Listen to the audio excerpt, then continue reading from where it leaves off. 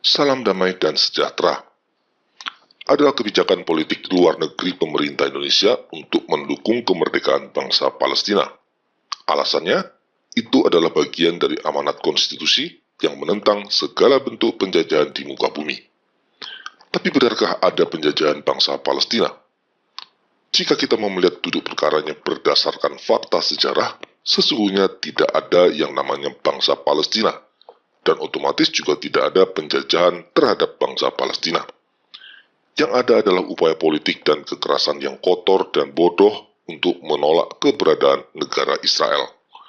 Saya sebut kotor karena akarnya adalah niat jahat, dan bodoh karena sudah pasti tidak akan menang. Isu bangsa Palestina tidak lebih hanyalah rekayasa yang dimunculkan untuk menentang keberadaan negara Israel. Dan sayangnya, negeri kita ikut-ikutan terjebak di dalamnya demi solidaritas konyol.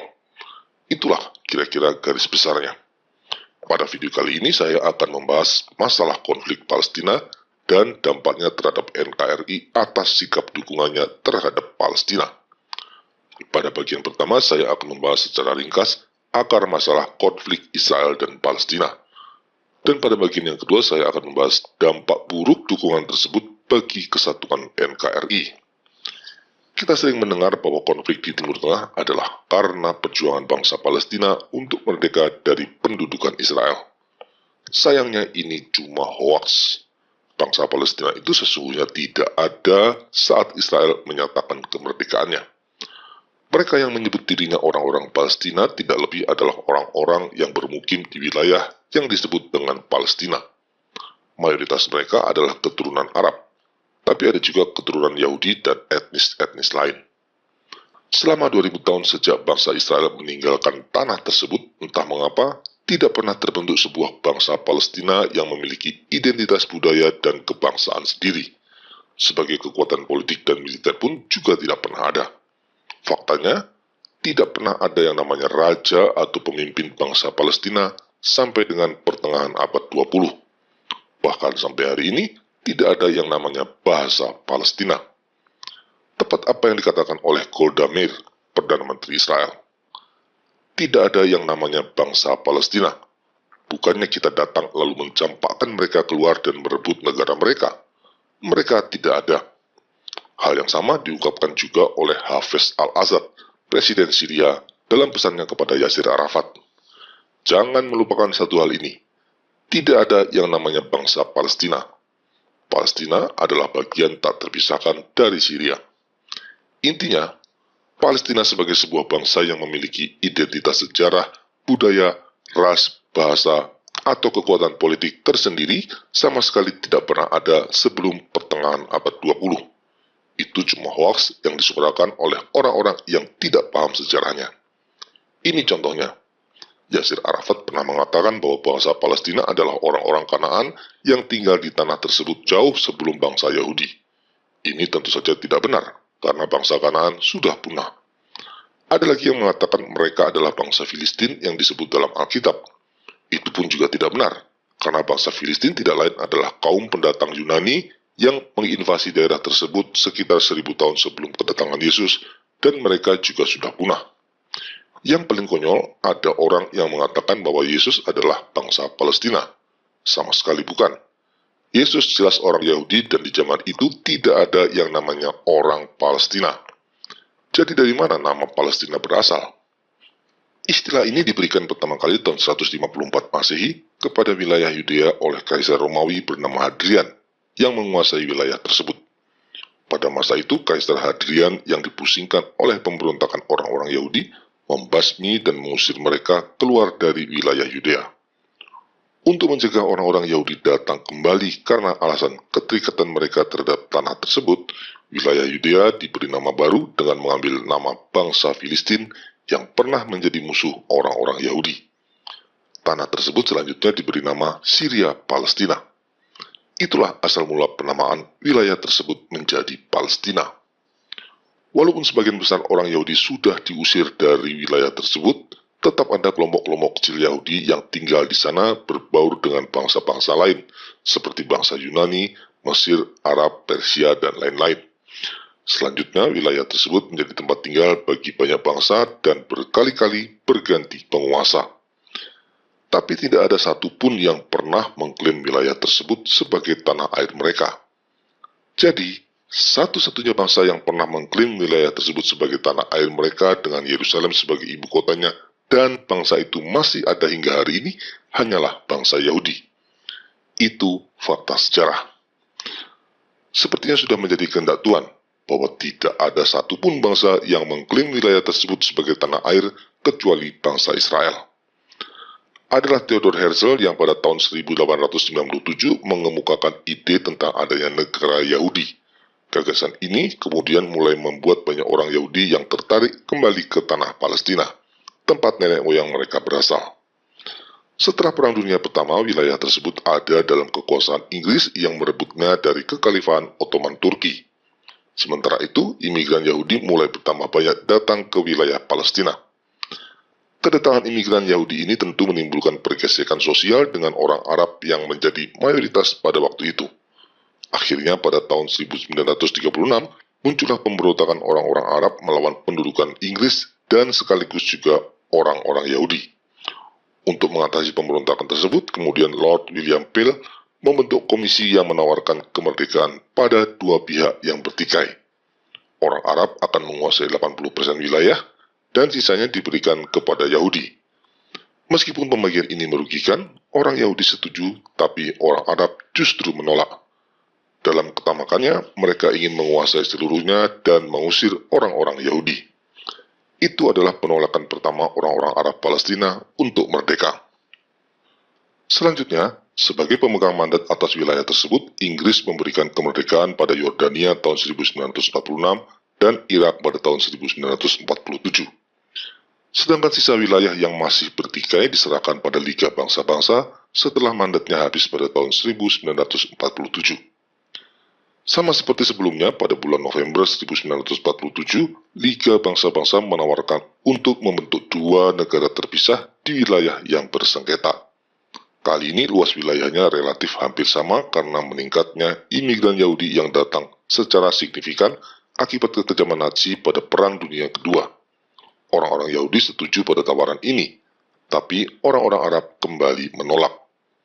Ini adalah penolakan kedua orang Arab Palestina untuk merdeka. Tidak hanya menolak, kali ini orang-orang Arab Palestina dibantu oleh Lebanon, Syria, Yordania, dan Mesir melancarkan perang untuk mengusir orang-orang Yahudi. Hasilnya, mereka kalah dan orang-orang Israel menyatakan kemerdekaan pada tahun 1948. Negara Israel yang baru merdeka ini mencakup semua wilayah yang sudah diberikan kepada mereka menurut mandat Liga Bangsa-Bangsa, ditambah dengan wilayah-wilayah lain yang mereka menangkan dalam perang kemerdekaan, termasuk Yerusalem Barat. Sementara itu, wilayah yang tadinya diperuntukkan bagi Arab Palestina di daerah Gaza dikuasai oleh Mesir, dan di daerah tepi barat dikuasai oleh Yordania. Tapi anehnya, tidak sedikit pun orang-orang Arab Palestina mempersoalkan pendudukan Mesir dan Yordania atas wilayah mereka.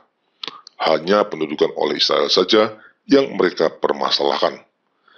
Ini bukti telak yang menunjukkan bahwa alasan perlawanan orang-orang Arab Palestina bukanlah masalah pendudukan wilayah. Ada faktor lain. Keinginan bangsa Arab untuk mengusir Israel tidak berhenti.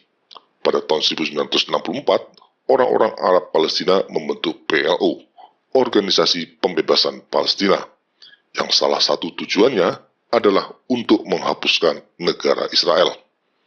Tujuan itu tertulis secara eksplisit di dalam piagam pendirian PLO. Baru tahun 1964 inilah orang-orang Arab Palestina untuk pertama kalinya mengklaim diri mereka sebagai bangsa Palestina. Jadi yang disebut sebagai bangsa Palestina sesungguhnya adalah sebuah bangsa yang lahir pada tahun 1964 dari semangat kebencian terhadap Israel. Ini perlu digarisbawahi karena akan membantu kita memahami mengapa mereka selalu menolak setiap usulan perdamaian. Pada tahun 1967, tiga negara Arab, Mesir, Yordania, dan Syria, merencanakan untuk menyerang Israel. Tapi Israel menyerang lebih dahulu dan secara memalukan negara-negara Arab kalah telak dalam perang 6 hari. Hasilnya, wilayah Israel menjadi 3 kali lipat, termasuk menguasai tepi barat dan Gaza. Israel kemudian menawarkan 2 opsi. Yang pertama, mengembalikan Gaza pada Mesir dan tepi barat kepada Yordania untuk perdamaian. Opsi kedua, memberikan kedua wilayah tersebut kepada Arab Palestina yang mulai menyebut diri mereka sebagai bangsa Palestina. Tapi kembali tawaran ini ditolak. Ini adalah penolakan ketiga terhadap kesempatan orang-orang Palestina untuk merdeka. Israel sebaliknya tidak berhenti memberikan kesempatan. Pada tahun 2000, Perdana Menteri Ehud Barak dan Yasser Arafat bertemu di Camp David untuk membicarakan kemerdekaan Palestina dengan menawarkan wilayah Gaza, 94% wilayah tepi barat, dan Yerusalem Timur sebagai ibu kotanya. Tapi kembali tawaran ini ditolak oleh Yasser Arafat yang memilih meninggalkan perundingan dan melanjutkan terorisme. Ini penolakan yang keempat untuk bangsa Palestina mendapatkan kemerdekaan secara damai. Bangsa yang lahir dari kebencian ini memilih untuk terus melakukan teror. Pada tahun 2005, Israel secara sepihak meninggalkan Gaza dan memberikan wilayah itu sepenuhnya pada orang-orang Palestina. Tapi apa yang terjadi? Bukannya mereka mengambil kesempatan itu untuk membangun kehidupan yang damai di Gaza, tetapi malah menjadikan wilayah tersebut sebagai pusat perlawanan dan basis terorisme. Sepertinya, bangsa Palestina memang tidak ingin merdeka dan hidup berdampingan secara damai dengan Israel.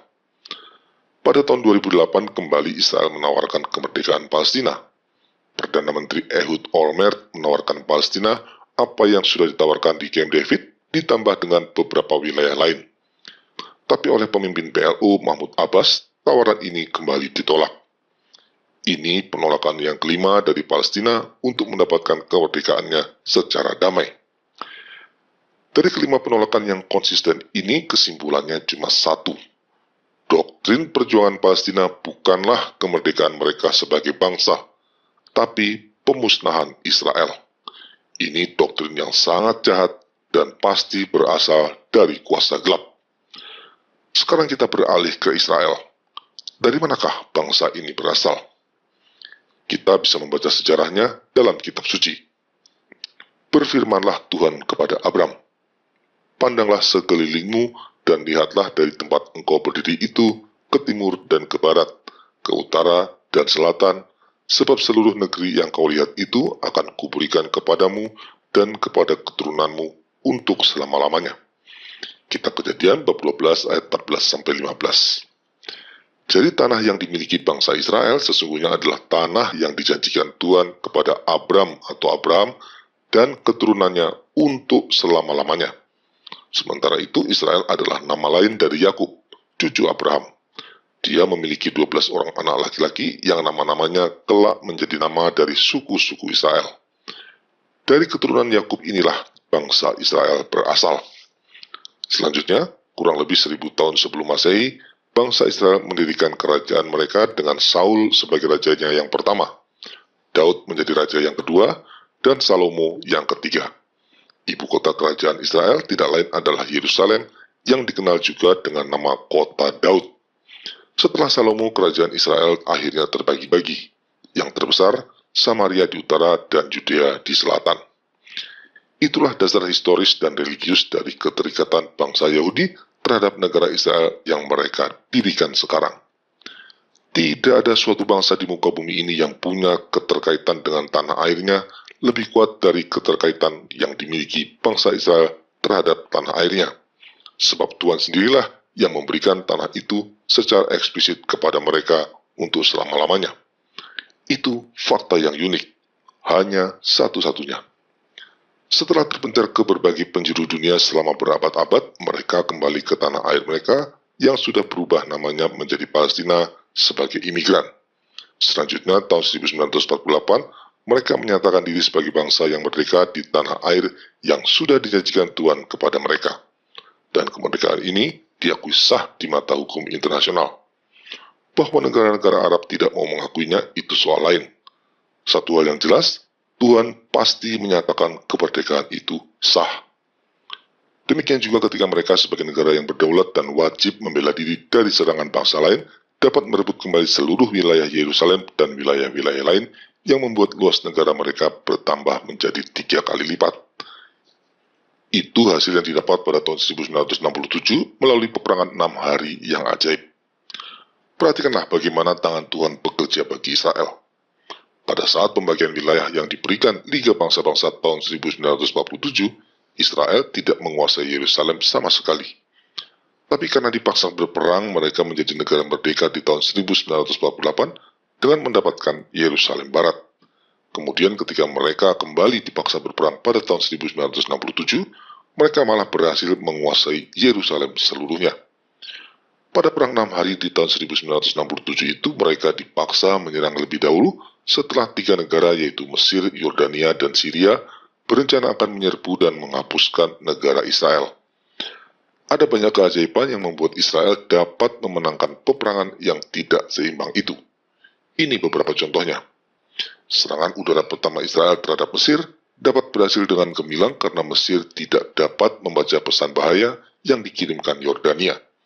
Penyebabnya adalah secara kebetulan sehari sebelum serangan terjadi, Mesir mengubah sistem pembacaan kode rahasia. Akibatnya, mereka tidak dapat membaca peringatan penting yang dikirimkan oleh Yordania. Sementara itu, seminggu sebelum terjadi perang, Mesir juga mengganti komandan-komandan pasukan di Gurun Sinai dengan orang-orang yang tidak berpengalaman di wilayah gurun. Dan entah mengapa, Presiden Gamal Abdul Nasser mengalami kesulitan dalam berkomunikasi dengan para jenderalnya pada saat serangan terjadi. Kebetulan-kebetulan ini selanjutnya menjadi salah satu kunci kemenangan Israel dalam perang tersebut. Dan ini yang paling mencolok. Perang tersebut berakhir dalam waktu 6 hari dan pada hari ke-7 mereka beristirahat. Ini sebuah kebetulan yang mengingatkan kita pada kisah penciptaan menurut kitab suci, di mana Tuhan bekerja selama 6 hari dan pada hari ke-7 Tuhan beristirahat.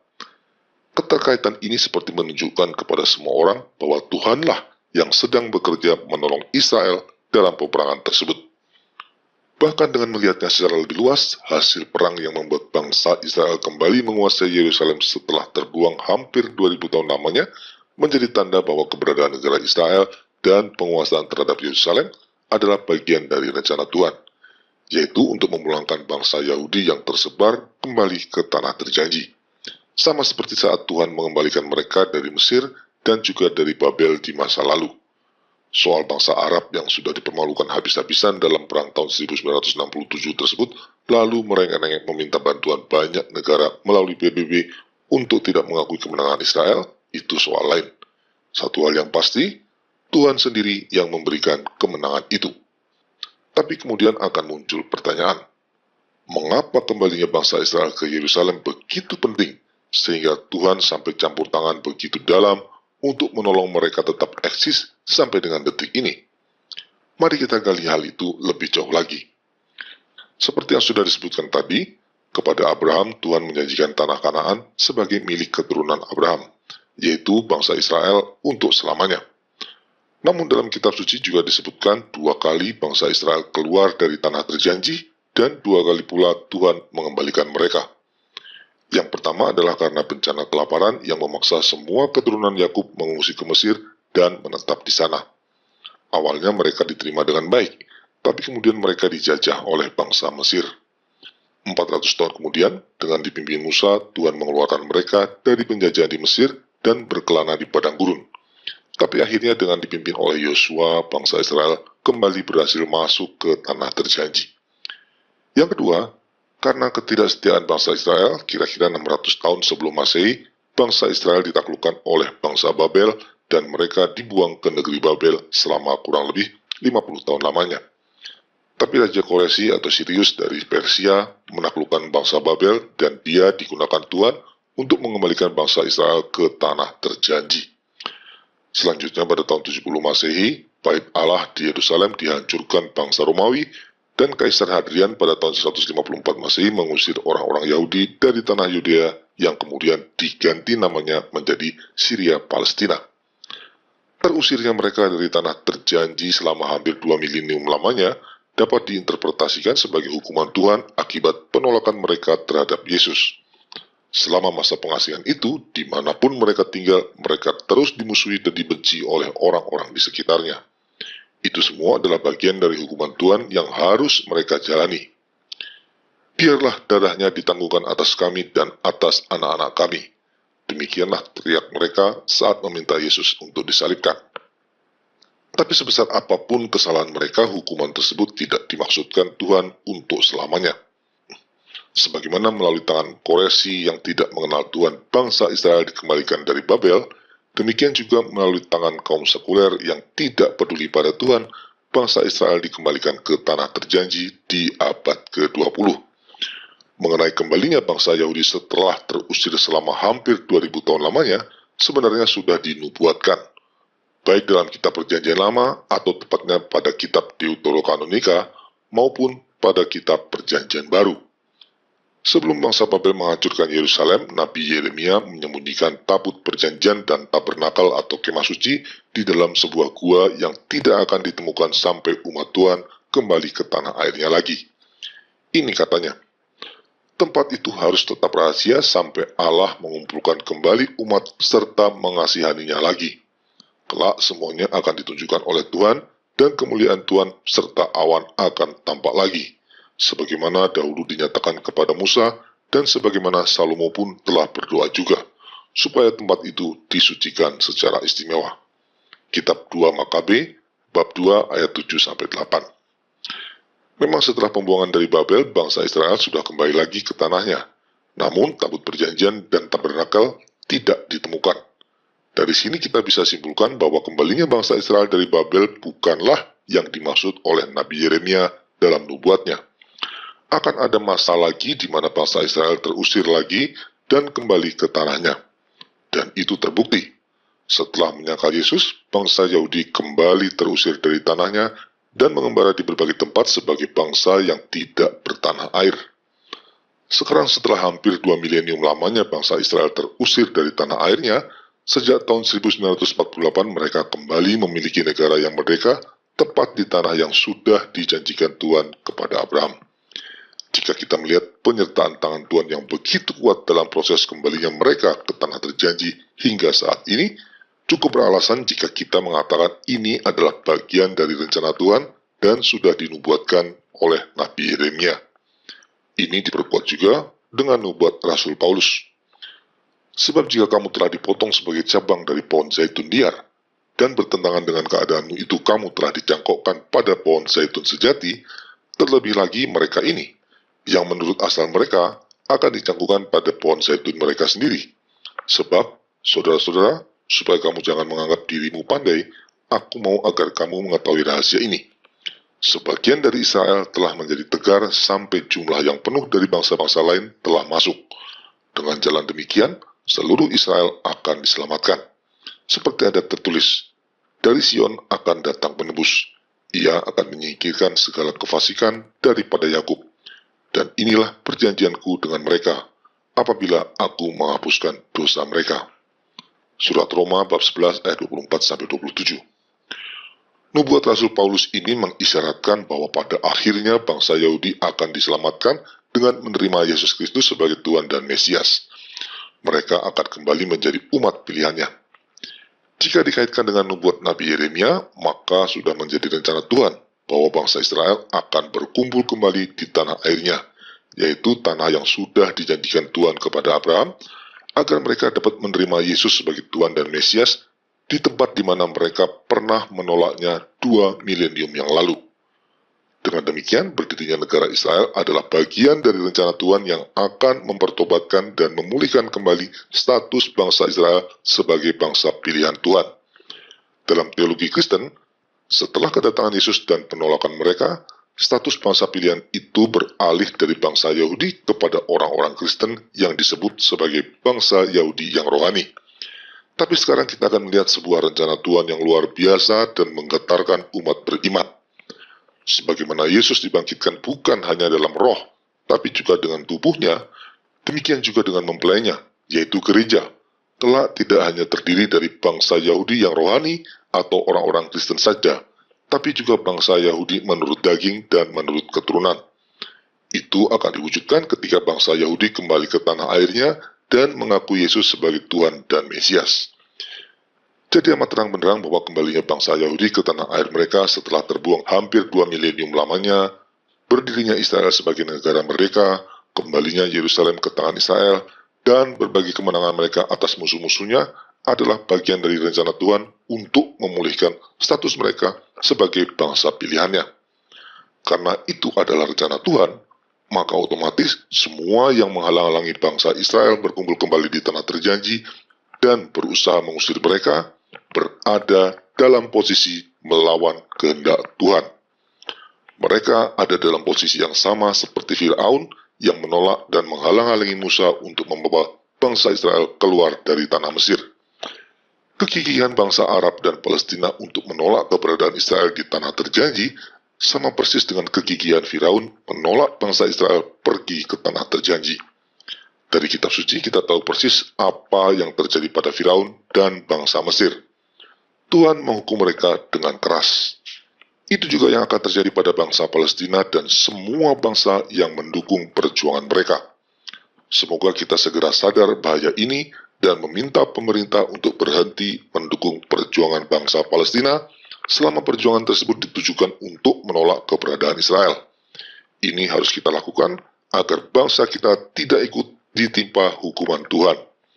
Sikap yang benar dalam mendukung perjuangan Palestina adalah mendorong mereka untuk berdamai dan mengakui eksistensi Israel. Dengan cara demikian, dukungan kita pada Palestina tetap berada dalam koridor rencana Tuhan. Terima kasih.